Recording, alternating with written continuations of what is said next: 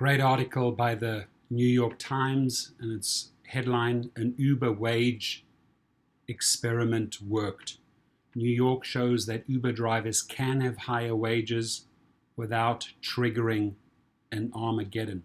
Right? So this is the article, but we truly really need to hear back from New York drivers. Right? I would tend to believe New York drivers more than the article, but the article is powerful. Thank you, Shira Ovaid, for providing this great piece. Seattle and California are among the places trying to ensure higher pay for Uber and Lyft drivers, but the companies and some drivers have said that proposed regulatory changes might put many drivers out of work, force the services to shut down, or make many rides unaffordable. This fight reflects one of the important questions about Uber and Lyft. Can governments rein in some of the harm of these services without wiping out what many people like about them? In one case, the answer appears to be yes. Right, so I'm going to also leave you the link below. Quick shout out to my sponsor. When you have a YouTube channel, another great way to make money is if you have sponsors for a channel. I highly encourage people to start their own YouTube. I give them a shout out because they are truly the gig protection plan for gig workers, right? And you can see all the different companies that they have alliances with. They're out there to protect you. If something goes wrong, they jump in. If you get deactivated, they jump in. Just like you have an auto insurance, you have a medical insurance, you have a gig protection plan. Now, I want to definitely get back to the article. New York City regulators 2 years ago made new rules that guaranteed a minimum wage for drivers of Uber, Lyft, and similar services. Among the worries was that drivers and passengers could wind up worse off because the rule changes would increase fares and drivers would lose work. Some of those fears have come to pass on the margins, but the rules so far have largely accomplished what the city intended.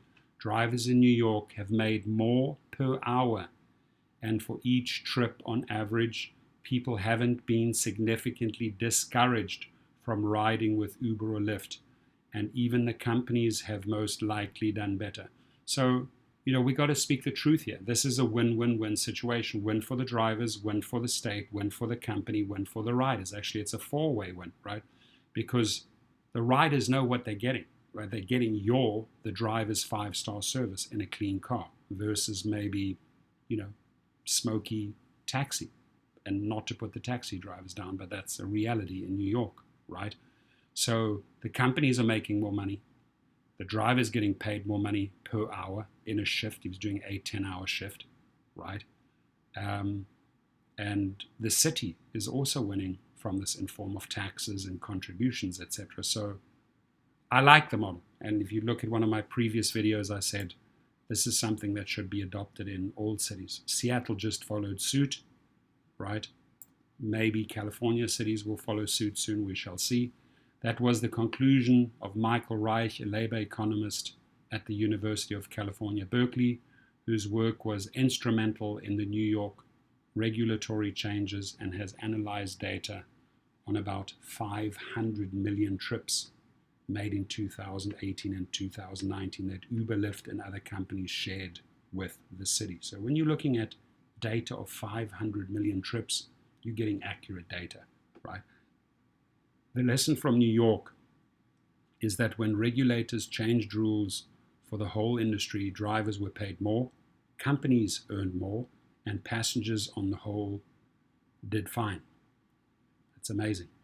If Reich's conclusions about New York apply elsewhere, and he said they most likely do, with caveats, of course, it shows that governments can ensure higher wages for drivers without making everyone worse off. And again, this is the article. I truly, truly welcome feedback from New York drivers. There were downsides to New York's changes. Uber and Lyft drivers earned more for the time they worked, but there were fewer open positions for newcomers, and not all drivers could work whenever they wanted. This made some drivers unhappy. I want to hear from those unhappy drivers. Also, prices for some rides did go up. Reich said he expected a 5 to 10% increase in fares across the board. That's only logical, right? With a resulting 10% increase in driver pay. That's about what has happened, he said. Rice is crunching fresh data to assess the effect of the coronavirus pandemic. So I've reported on that, has to go up 5, 10, I said 5, 10, 15%. So I was definitely on the money there. They did it. It worked. Uber has said that costs for rides increased mostly in lower income neighborhoods. Keep in mind that higher fares are good for Uber and Lyft because they generate more profits for the companies, of course. New York is unusual. Reich said fares could increase more in other places that were trying tactics to increase driver pay, but he doesn't believe the worst case scenarios that companies like Uber have sketched out, right? They will always paint doom and gloom, right? Reality is you got to look at 500 million trips. Reality is you have to make the adjustments. One reason it's hard to write rules for Uber and Lyft is that they know everything about what drivers make and passengers pay, but almost everyone else is in the dark. New York demanded data from the companies and spoke extensively to drivers to find out what their wages and expenses were, said Meera Joshi, who was commissioner of the New York Taxi and Limousine Commission when it made the rule changes. Without the ability to double check, then all the public and lawmakers are left with are unfounded statements about what happens when they pass this law. I hope other cities see it as a model. It's a great article. It's very, very well written, very convincing. But again, for me, also very convincing is feedback from drivers. Again, another shout out. You get 1 month free with this gig protection plan, COVA. The link is beneath the video, and it starts as little as $7 per month. That's just fitting in one extra ride per month, and you have your gig protection covered, right? Which means you can advance yourself monies. You can get up to 80% of your lost wages. If you're in a hospital, your car's in an auto shop. If you get a wrongful report, you get deactivated to have a legal firm that jumps in for you and protects you. It doesn't matter if you're a food delivery person, Instacart, driver for Lyft, Uber, etc., Amazon Flex, all of these companies are covered in this gig protection plan. New York drivers, please feel free to comment. Thank you.